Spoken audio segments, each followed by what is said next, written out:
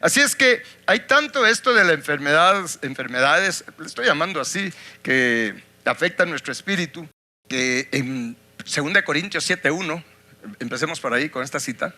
Así que, amados, puesto que tenemos tales promesas, limpiémonos ¿de cuánta? De toda, no de un poco, sino de toda contaminación de carne y de espíritu. Esta contaminación afecta a nuestro espíritu. Nos contaminamos de varias maneras que nos enseña la Biblia, porque al final todo tiene que ser lo que la Biblia dice. Si la Biblia lo dice, así es. Entonces nos dice que nos limpiemos de esa contaminación. Contaminación significa mancha, significa inmundicia, incluso significa profanación, ¿sí? Profanar, mire, profanar nuestro espíritu. Y recuérdese que nuestro espíritu, todo nuestro ser, pero principalmente nuestro espíritu viene de Dios. Él es el Padre de los espíritus, ¿sí?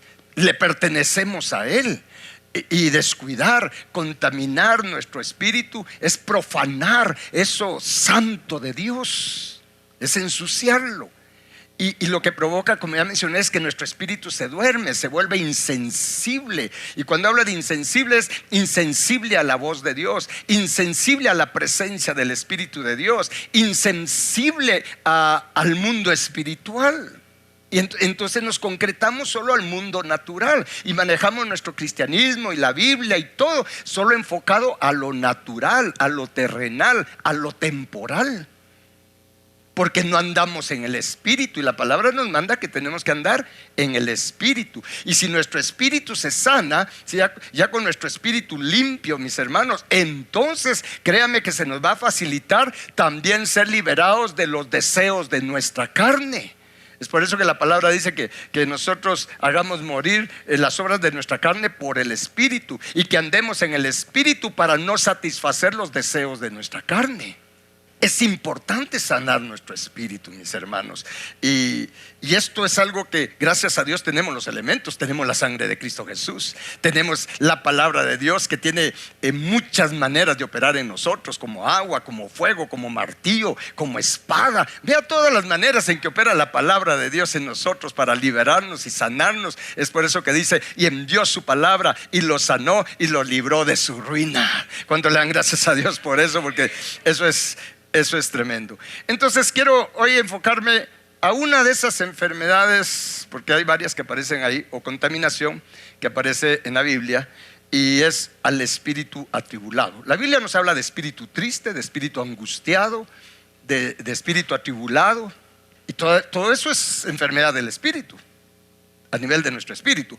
Pero veamos lo que es el espíritu atribulado con algo que ya hemos estudiado otras veces, y es el caso de Ana. ¿Cuántos se recuerdan de Ana, la que está en 1 Samuel? Acompáñenme a 1 Samuel, por favor.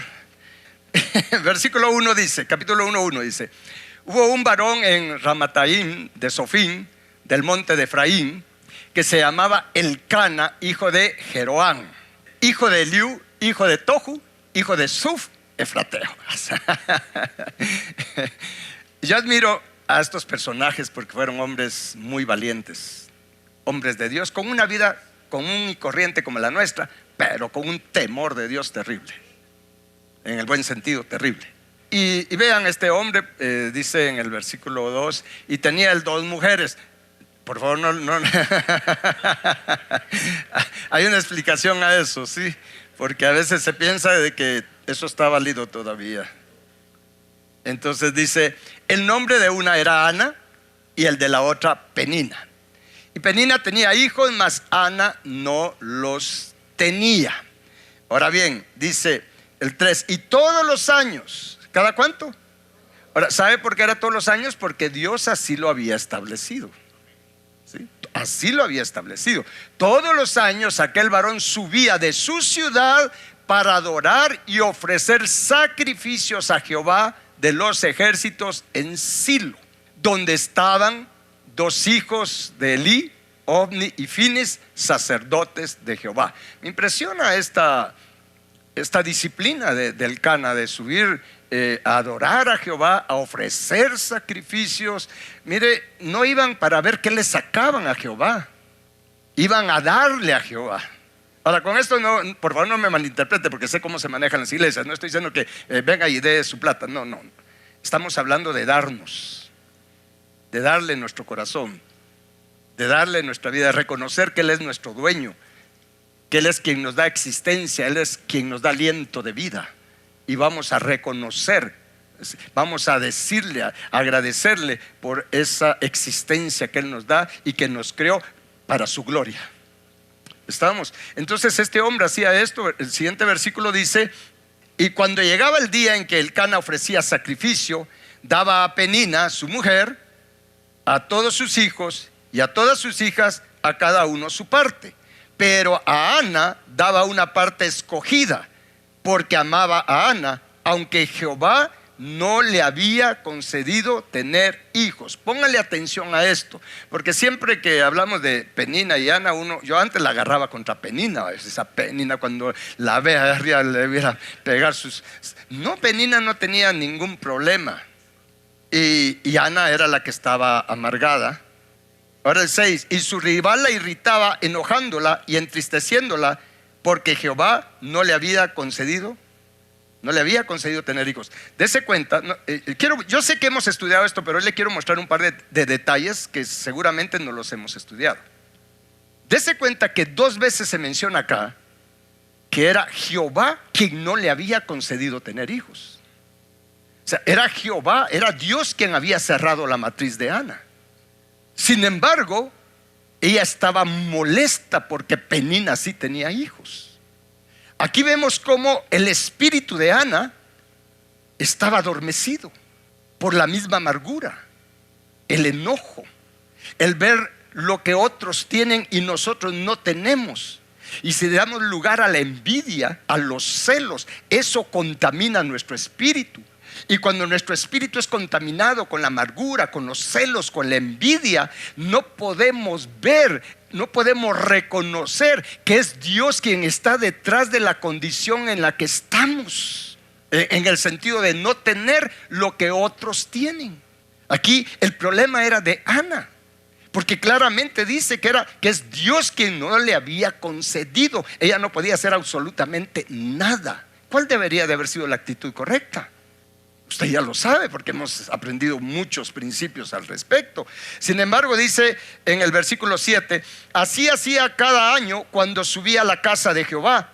La irritaba así, por lo cual Ana lloraba y no comía. Esa es una característica de un espíritu enfermo, de un espíritu atribulado, porque vamos a ver más adelante cómo ella misma reconoce que su espíritu está atribulado. Y un espíritu atribulado es un espíritu enfermo, es un espíritu herido, es un espíritu, mis hermanos, que tiene una conmiseración por sí mismo, que no le permite ser eficaz en oración, no le permite tener una sana comunión con el Espíritu Santo. Miren, mis hermanos, nos mete en muchos problemas, nos aleja de Dios. ¿Sí? Ana, miren, lloraba y no comía, no quería comer de lo que llevaban a ofrecerle a Jehová, porque en ese tiempo lo que le llevaban a Dios lo comían también. Dejaban aparte los sacerdotes y lo demás lo tenían que comer allí en comunión como familia.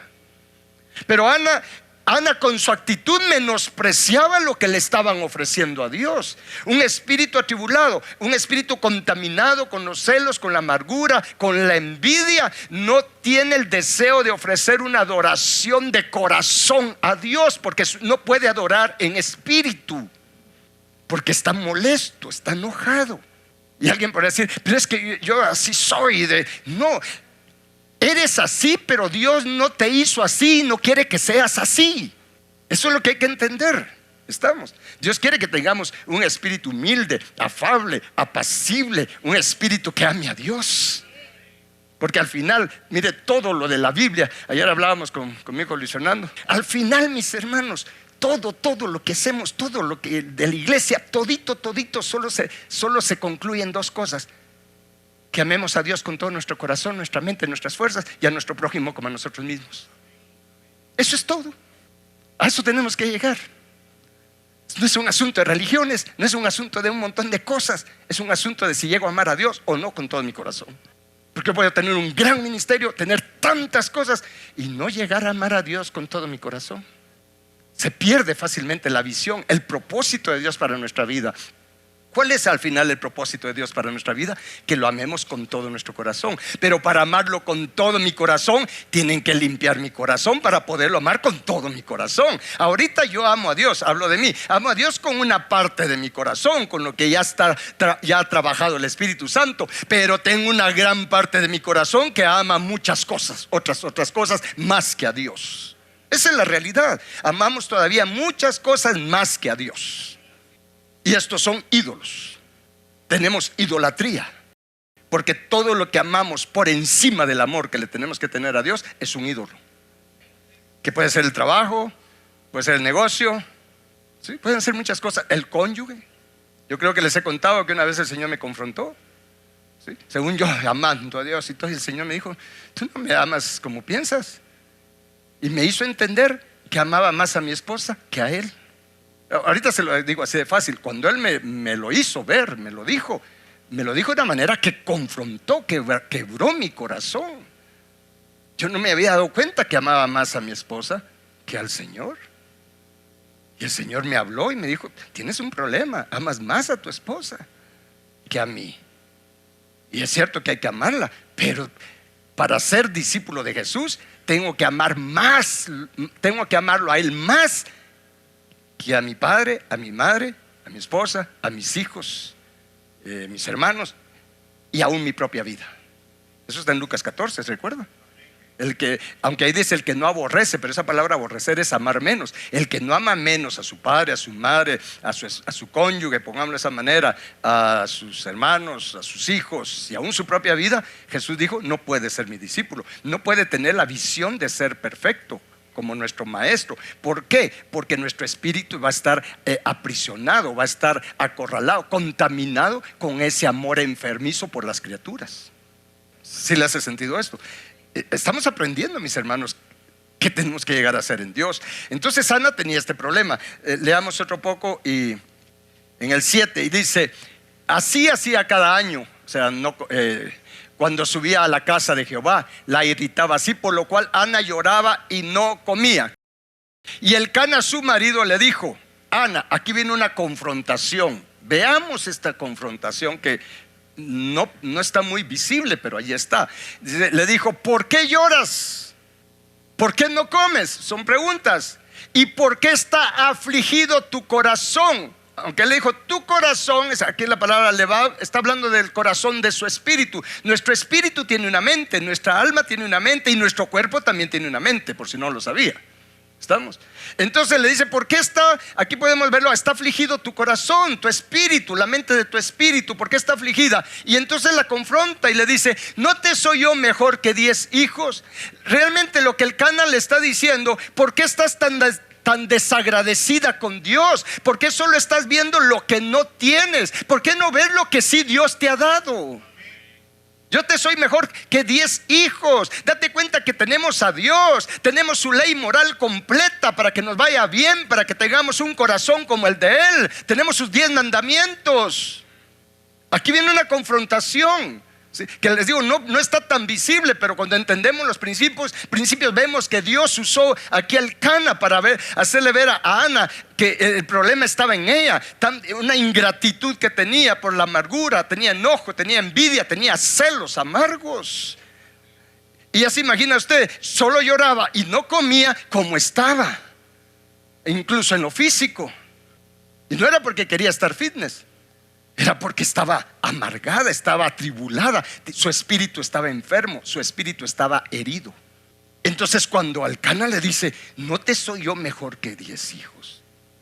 En otras palabras, ¿no te has dado cuenta lo que Dios te dio? Y no era porque Elcana se creía saber qué cosa, simplemente era el Espíritu Santo quien estaba obrando allí para abrirle un poco los ojos a Ana y se diera cuenta que Dios sí la había bendecido, que Dios sí la amaba y que era Dios al final de cuentas el que no le estaba concediendo tener hijos, porque ella no había visto el plan de Dios, no conocía el plan de Dios para su vida. Estamos, después de esa confrontación, ¿qué pasó? Estoy en el versículo ¿qué? 8, ahora vamos al 9. Después de esa confrontada, ¿qué hizo Ana? Y se levantó Ana después que hubo comido y bebido en Silo. O sea, ya comió, ya bebió. A veces lo que se quiere es una confrontada. A veces lo que necesitamos es que alguien nos confronte, que Dios use a alguien para que nos confronte. Porque miren, no es fácil que lo confronten a uno. Le apachan el orgullo a uno, el ego. No nos gusta que nos confronten y que nos digan la realidad. ¿O no? No os hagáis, todos tenemos ese problema. Entonces, pero ella reaccionó y dijo: no, yo aquí a la parafraseo, Ana ha dicho: tienes razón mi marido, tienes razón. Primer paso, tiene razón mi marido. Sí, como si estas cosas pasaran. Entonces comió, bebió y se levantó Ana después de que hubo comido y bebido en Silo. Y mientras el sacerdote Elí estaba sentado en una silla junto a un pilar del templo de Jehová, ella con amargura de alma oró a Jehová. Hasta aquí vino a orar, hasta ese momento. ¿Cuánto tiempo se la pasó incrementando de arriba hacia la amargura, la envidia, los celos amargos, hasta que la confrontaron? Entonces dijo: no, tengo necesidad de orar. Porque mire, es ahí cuando uno se da cuenta que tiene necesidad de orar. Es cuando uno se empieza a dar cuenta que uno tiene un problema. El problema no está arriba, el problema está aquí en nuestro corazón. El problema no está en las otras personas, el problema está en nuestro corazón. Sí, pero es que usted no sabe lo que me hizo esta persona. Yo no sé qué te hizo. El problema no es esa persona, el problema es nuestra reacción a lo que nos hacen, la actitud que tenemos cuando alguien nos viene a herir, nos viene a golpear, nos viene a hacer daño. Les decía en el primer servicio, vean la reacción de Jesús en la cruz del Calvario. No fue una reacción de enojo, no fue una reacción de odio con todo lo que le estábamos haciendo, porque ahí estábamos incluidos nosotros haciéndole todo eso, porque Él llevó el pecado de todos nosotros y sufrió por nuestros pecados. Vean todo lo que le hicimos. ¿Y cuál fue la actitud de Jesús? Decirle: Padre, para esto he venido, consumado es. Pero antes le dijo: Padre, perdónalos, Padre, no saben lo que hacen. Porque si supiera la persona lo que nos está haciendo, si tuviera sus sentidos espirituales abiertos, créame, no haría lo que está haciendo. Porque se daría cuenta a quién se lo está haciendo. En primer lugar al Señor y después a ella misma.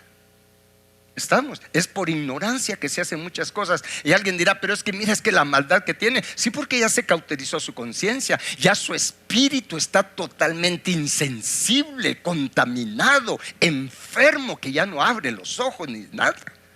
¿Sí me va a entender con esto? Entonces, mis hermanos, Ana reconoció su necesidad de orar. Mire lo más sabio que podemos hacer, porque en todo se levanta esto, porque todos tenemos celos, envidia y esas cosas en el corazón. Todos tenemos ese problema. Entonces, mis hermanos, ¿cuántas veces nosotros sentimos eso? Y vemos a alguien que ni busca mucho de Dios, que ni ora, aquí no hay ninguno de ellos, pero que ni llega a las reuniones de oración, ni se conecta para orar. Y dice: pero vea cómo Dios le bendice. Y aquellos otros, miren, ni cristianos son. Y miren, hasta 400 empresas tiene. Entonces se despierta la envidia, los celos amargos, el enojo, los deseos de mal para la otra persona. Entonces, mis hermanos, eso adormece nuestro espíritu. Pero ¿qué hacer? Hay que ir a orar. Entonces sigamos leyendo otro poco, porque esto está interesante. No sé si para usted, pero para mí sí. Entonces, cuando se fue a orar, una hora, ¿verdad? Ella con amargura de alma oró a Jehová y lloró, ¿qué dice? Abundantemente. Solo que ahora ya estaba en otra posición su lloro, ¿sí? Ya su llanto ya era para hacerle esa catarsis, porque antes la catarsis la hacía con las personas, con Penina, hasta con su marido. Ya me imagino los pleitecitos que armaba esta Anita. Pero aquí ya fue a llorar al mejor lugar al que usted y yo podemos ir a orar, a los pies de Cristo, al pie de la cruz. Porque se vale llorar, sí se vale llorar al pie de la cruz, a los pies de Cristo. Por cierto, que a los que están dirigiendo oración en los grupos les digo, por favor eviten ser llorones cuando están dirigiendo la oración. No, usted está dirigiendo, usted tiene que estar centrado, tiene que estar en entendimiento y estar en el espíritu. No está chillando. Hay lugar para eso, al pie de la cruz, a los pies de Cristo, cuando estoy a solas con Él. Hay veces que también pues el Señor nos quebranta en oración grupal, pero que sea del espíritu, no por esos sentimientos enfermizos y emociones enfermizas que siento que me hacen llorar. Pobrecito yo, y que esto que el otro, ¿sí? Esas son lágrimas del dragón, del cocodrilo. Eso ya lo hemos estudiado, es una realidad. Entonces el versículo 11, ¿qué hizo Ana cuando ya empezó a sacar todo ese lodo, mis hermanos? Cuando abrió esa fosa séptica del corazón y empezó a vaciarla, e hizo voto diciendo, sí, muy bien ahí, ¿verdad? Jehová de los ejércitos, si te dignares mirar a la aflicción de tu sierva, vea que estaba afligida, y te acordares de mí y no te olvidares de tu sierva, sino que dieres a tu sierva un hijo varón. Vea ya la actitud, yo lo dedicaré a Jehová todos los días de su vida y no pasará navaja sobre su cabeza, o sea, será un nazareo. Y dice, mientras ella oraba largamente delante de Jehová, Elí estaba observando la boca de ella. Pero Ana hablaba en su corazón y solamente se movían sus labios y su voz no se oía, y Elí la tuvo por ebria. Entonces le dijo a Elí, ¿hasta cuándo estarás ebria? Digiere tu vino. Miren lo que es ser un sacerdote sin discernimiento, ¿verdad ustedes? Es porque Elí estaba más ciego que Ana, su espíritu estaba más dormido que el espíritu de Ana, le cuento. Tanto que ni corregía a sus hijos. Si usted no corrige a sus hijos es porque tiene su espíritu dormido y enfermo y contaminado. Y ni me van a preguntar si lo tiene que corregir, yo le presto mi cincho. Dice, pero Ana, versículo 14, entonces le dijo Elí, ¿hasta cuándo estarás ebria? Digiere tu vino. Y Ana le respondió diciendo, aquí está, mire, no, Señor mío, yo soy una mujer atribulada de espíritu. Mi espíritu, no mi alma. Ya es a nivel del espíritu. Mi espíritu está atribulado, está enfermo, está dañado. Yo he dejado que los celos, que la envidia, que la amargura dañe mi espíritu. Y cuando mi espíritu está atribulado, estoy en tribulación, mis hermanos. De hecho, la palabra atribulado, creo que traigo acá ¿sabe qué significa atribulado? Significa ser severo, áspero, duro, obstinado, violento, difícil. En otras palabras, mi espíritu está acongojado, pero de enojo, acongojado de ira. Tengo un espíritu duro. ¿Y qué significa un espíritu duro? Un espíritu insensible, insensible a Dios, insensible a la presencia de Dios, insensible al favor de Dios. Entonces cualquier cosa me irrita. El 15 dice, y Ana le respondió diciendo, soy una mujer atribulada de espíritu, no he bebido vino ni sidra, sino que he derramado mi alma delante de Jehová. Entonces, mis hermanos, ¿a qué voy con todo esto? Que nosotros tenemos que evaluar nuestro espíritu, porque esta es una de las enfermedades más comunes. Hay varias enfermedades del espíritu, pero me fui ahorita directamente a lo que es espíritu atribulado, porque nos mete en grandes problemas. Ana no reconoció que era Dios quien estaba permitiendo que ella no tuviera hijos. Ella no había comprendido que Dios la estaba preparando. La estaba preparando, mis hermanos, para que cuando ella tuviera hijos, cuando ella diera fruto, ella no pensara o no lo tomara como algo propio, como que ella tenía los méritos para tenerlo, sino que ella pudiera reconocer, mis hermanos, que ese fruto, que ese milagro era puramente la gracia de Dios, una obra de Dios, para que ella tuviera la capacidad de dedicárselo a Dios. Porque las bendiciones en las que no reconocemos que al final de cuentas es por la pura misericordia y gracia de Dios, por el favor de Dios, cuando pensamos que es porque nosotros merecemos, o porque yo hice esto, o porque yo di esto otro, mis hermanos, cuando pensamos que es por nuestros méritos, recibimos la bendición, pero rápido nos olvidamos de dónde vino la bendición. Y cuando ese es el caso, no estamos dispuestos a soltar eso si Dios no lo pide.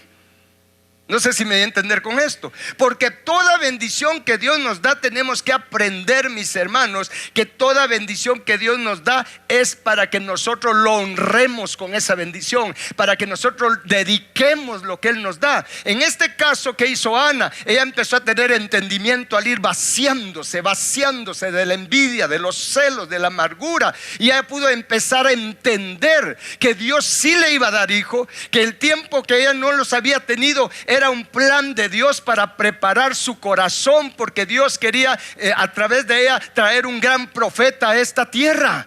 Pero tenía que preparar el corazón de ella, porque si se lo hubiera dado antes, mis hermanos, ella no se lo hubiera dedicado a Dios. Cuando recibimos las bendiciones solo así por así, no se las dedicamos a Dios, son mías. Mira el caso de Abraham, lo mencioné en el primer servicio. 25 años tardó para que llegara la respuesta. Es más, Abraham ya estaba viejito. ¿Y por qué Dios se tardó tanto? Para que Abraham estuviera dispuesto a dedicarle a Dios lo que había recibido, el fruto que había recibido. Y es por eso que cuando Dios le dijo: Abraham, ofréceme a tu hijo, haz un altar y lo ofrece, Abraham no tuvo ningún problema en hacerlo, porque ya su corazón había sido trabajado, preparado para devolverle a Dios con gratitud y con dedicación lo que Dios le había dado. Es por eso que tenemos problemas. Cuántas cosas nos da Dios, pero no se las dedicamos. Cuántas cosas. Es por eso que nos negamos a darle a Dios lo que es de Dios. ¿Por qué? Porque pensamos que es mío. Pienso que es mío. Se me olvida que de su mano lo recibí. ¿Sí me di a entender con esto? Y nos negamos a darle nuestra vida, a darle nuestro tiempo. ¿Por qué nos cuesta tanto servir? ¿Por qué nos cuesta tanto ser responsables? ¿Sí? Tener compromiso en seguir y servir al Señor Jesús de todo corazón. Porque no hemos apreciado todo lo que Él nos da, empezando con el aliento de vida. El aliento de vida que nos da. Mire, lo más sabio y lo que Dios espera es que se lo dediquemos, que se lo devolvamos en adoración, en servicio, en consagración, dedicarnos nosotros completamente a Él, mis hermanos. Eso es lo que nos mete en problemas. Pero Ana lo logró entender y reconoció, dijo: mi espíritu está atribulado, mi espíritu está irritado, mi espíritu está enojado, estoy enojado. Nos enojamos por lo que Dios le da a otro. Y miren, mis hermanos, si algo tenemos que aprender en todo esto es que las bendiciones de Dios para nosotros no es para que nos jactemos, ni la veamos o la tengamos como competencia con otros. Porque estamos viendo que Dios le da al otro y yo lo quiero. Y si no lo tengo, me frustro, me decepciono, ya se contaminó mi espíritu. Pasa en el ministerio. Y eso es algo que a veces le recalco a los pastores. Yo creo que lo hablábamos hace un miércoles. Mira, nosotros hagamos lo que Dios nos puso a hacer. Pero yo hago lo que Dios me puso a hacer y mira, solo tengo esto nada más. ¿Y cuál es el problema? Sí, pero es que vea que Él todo lo que tiene. ¿Y cuál es el problema? Si el dueño y el que administra es Jesús, yo tengo que estar agradecido, porque la realidad es que ni siquiera esto merezco por mí mismo. Pero como estoy viendo lo que el otro tiene y lo que yo no tengo, miren, mis hermanos, el espíritu enfermo es lo que nos lleva a tomar decisiones desastrosas. Aquel tiene aquella cosa, yo me la tengo que tener y me endeudo para tenerla. La tarjeta aguanta, dice. Eso te dice el espíritu enfermo. ¿Por qué? Porque estoy en competencia. No estoy agradecido con lo que Dios me da. El apóstol Pablo tuvo que aprender eso hasta que aprendió y dijo: he aprendido a contentarme cualquiera sea mi situación. Sé tener abundancia, sé tener escasez. En todo y por todo estoy enseñado, estoy contento, sea lo que sea, estoy agradecido. Eso es tener ya sano nuestro espíritu. ¿Le está haciendo sentido esto? Eso es tener sano. Entonces, mis hermanos, la lección acá es: cuando no estamos fructificando o logrando lo que otros tienen, haciendo aún lo que Dios nos puso a hacer, miren, mis hermanos, no nos tenemos que acongojar, no nos tenemos que decepcionar. Tenemos que aprender a reconocer que Dios tiene el control de las cosas. No es para que nos decepcionemos, no es para que digamos Dios tiene preferencias o Dios no me ama. Aún dentro de la misma familia puede ser que alguien tenga más, pero si estamos creciendo y limpiando y sanando nuestro espíritu, no nos vamos a frustrar porque el otro tiene. Vamos a llegar al nivel Dios de gozarnos por lo que el otro tiene. ¿Estamos? Y ser agradecidos con lo que ya tenemos. Porque imagínense, si nos alcanza la muerte física y con nuestro espíritu enfermo, atribulado, permeado con la amargura, permeado con los celos, la envidia, ¿no va a ser cosa bonita? No que me vaya a ir al infierno, a menos que llegue a un extremo de actitudes. Pero al nada más salir del cuerpo mi espíritu, ¿se imagina usted cómo va a ir mi espíritu contaminado? Muchos de los espíritus inmundos que existen en el mundo espiritual son de los impíos, que su espíritu estuvo tan contaminado acá en esta tierra, tan contaminado, tan lleno de inmundicia, que así sigue su espíritu. Y Satanás, incluso Dios, también los usa los mismos espíritus inmundos del Señor, porque Él es el dueño. ¿Estamos? ¿Sí me va a entender con eso? Él es el dueño. Entonces la lección es: no nos amarguemos por lo que el otro tiene y yo no tengo. No nos amarguemos porque aquel alcanzó 100 en esto. Estoy hablando de lo de afuera, dar mucho fruto, sí, todos, ¿verdad? En lo espiritual. Pero no nos amarguemos, porque todo eso endurece nuestro espíritu. ¿Qué hacer, mis hermanos? Orar, derramar mi alma. Creo que eso es lo que nos hace falta a algunos, porque estamos tan frustrados. Y esa misma frustración, esa misma enfermedad de espíritu bloquea, mis hermanos, que salgamos rápido de esa condición. Vea que Ana, en el momento que ella reconoció su condición y fue a derramar su alma, como ya lo leímos, vea lo que pasó después que hizo eso. Regresemos allá a Primera de Samuel capítulo 1 y nos vamos a ir en el 17. Dice: y Elí respondió y dijo: ve en paz, y el Dios de Israel te otorgue la petición que le has hecho. Y ella dijo: halle tu sierva gracia delante de tus ojos. Y se fue la mujer por su camino y comió, y no estuvo más triste. Fue sanada, mis hermanos. Es por eso que ahora entendemos, y creo que lo anoté por acá para que no se me olvide. Es por eso que David, cuando el profeta Natán lo confronta por su pecado y él hace una oración de arrepentimiento tan especial que Dios la dejó allí entre los salmos para nosotros, mis hermanos. En el Salmo 51, por favor, acompáñeme. Vamos a ver en el versículo 10, que es algo que nosotros pedimos constantemente. Pero vea lo que dice David después de haber sido confrontado, después de haberse arrepentido. Dice: créeme, oh Dios, un corazón limpio. Pero vea qué más pide: y renueva, repara, restaura un espíritu recto dentro de mí, porque mi espíritu está enfermo, está sucio, está herido. Por favor, Señor, forme en mí un corazón limpio, pero que tenga un espíritu sano, recto, que me sustente. David reconoció que su espíritu estaba mal, y es por eso que él hace esta petición.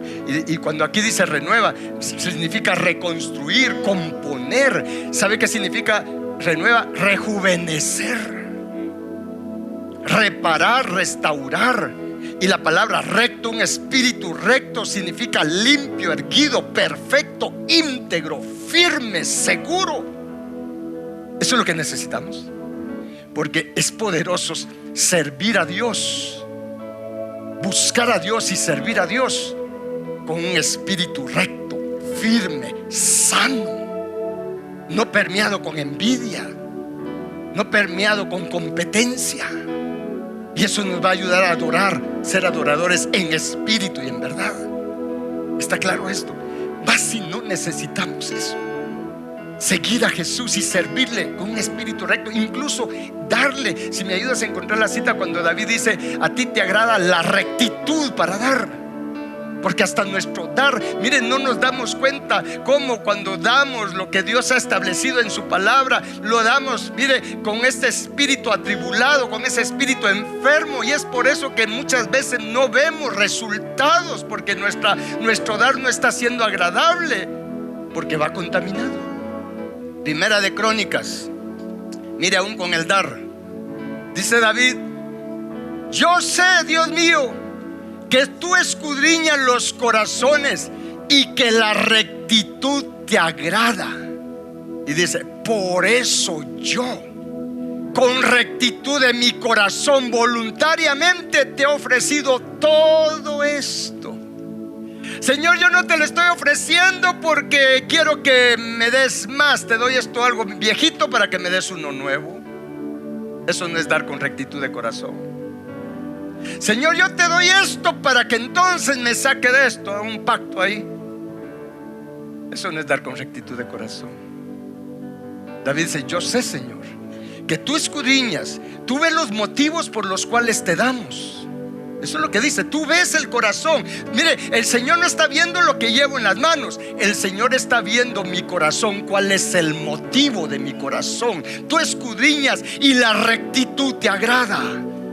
Pero para dar con rectitud de corazón hay que sanar nuestro espíritu, un espíritu recto. Dice: por eso yo con rectitud de mi corazón voluntariamente te he ofrecido todo esto. Y ahora he visto con alegría que tu pueblo reunido aquí ahora ha dado para ti espontáneamente, no por manipulación, no por emoción, sino por la gratitud que tenemos a ti. Yo le doy un consejo como pastor de esta congregación: si usted está en un lugar donde usan la manipulación para que den, huya de ese lugar, salga de allí. No se deje enlazar con los espíritus de manipulación.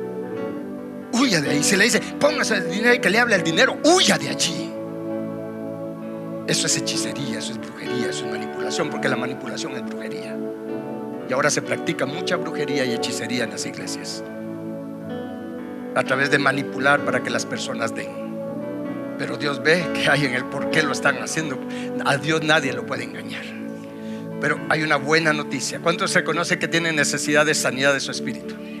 Bueno, vamos a leer este versículo, Ezequiel 36:26. Así de pie y vamos a adorar al Señor. Dice: y les daré corazón nuevo y pondré espíritu nuevo dentro de ustedes, y quitaré de vuestra carne el corazón de piedra, el corazón duro, el espíritu endurecido, la conciencia cauterizada, y les daré un corazón de carne, sensible. Yo necesito un espíritu nuevo, renovado. Es por eso que la Biblia dice que nos renovemos en la mente de nuestro espíritu. Padre eterno, necesitamos tener un espíritu recto, un espíritu limpio, un espíritu sano. No tenemos idea, Señor, cuán enfermo está nuestro espíritu. No tenemos idea, Señor, cuán contaminado está nuestro espíritu. No tenemos idea de cuán adormecido está nuestro espíritu. Y un espíritu adormecido no tiene ganas de buscar de Dios por conocerlo a Él o por lo que Él es. Un espíritu adormecido va buscando las manos de Dios, no el gobierno, no la soberanía, no la voluntad de Dios para su vida. Solo va buscando lo que Dios le puede dar en lo natural, en lo material. Padre Santo, te pedimos perdón por todo lo que hemos permitido que nuestro espíritu se enferme, se contamine con la amargura, con los celos enfermizos, con la vanidad, Señor, con la competencia de lo que otros tienen y nosotros no. Señor, perdónanos porque hemos sido desagradecidos contigo, pensando que merecemos, Señor, que merecemos por nosotros mismos. Y se nos ha olvidado que es tu misericordia, que es por tu gracia, que es por la justificación gratuita que nos otorgas en Cristo, Padre, que recibimos de ti todo lo que no merecemos por nosotros mismos. Perdona toda esa ingratitud que hay en nuestro espíritu, Señor. Perdónanos, Señor, por esa insensibilidad de nuestro espíritu hacia ti, hacia el Espíritu Santo. Hoy nos arrepentimos, Señor, y hoy te suplicamos misericordia, te suplicamos gracia, te suplicamos favor, te suplicamos sanidad para nuestro espíritu, limpieza para nuestro espíritu. Señor, forma en nosotros un corazón limpio y un espíritu recto, un espíritu limpio, un espíritu honesto, un espíritu íntegro nos sustente, Señor nuestro y Dios nuestro. Que podamos, Señor, buscarte y adorarte, servirte en espíritu y en verdad, andar en el espíritu, Señor nuestro. Padre eterno, conforme a toda la salvación que Cristo Jesús compró para nosotros, hoy te suplicamos sanidad para nuestro espíritu. Sálvanos, Cristo, de toda tribulación de espíritu, de toda angustia de espíritu. Sálvanos, Cristo, de toda aflicción de espíritu. Danos ojos para ver tu bondad. Danos ojos, Señor, para ver tu amor hacia nosotros. Danos ojos para reconocerte, Señor, reconocer tu mano detrás de cada situación en nuestra vida.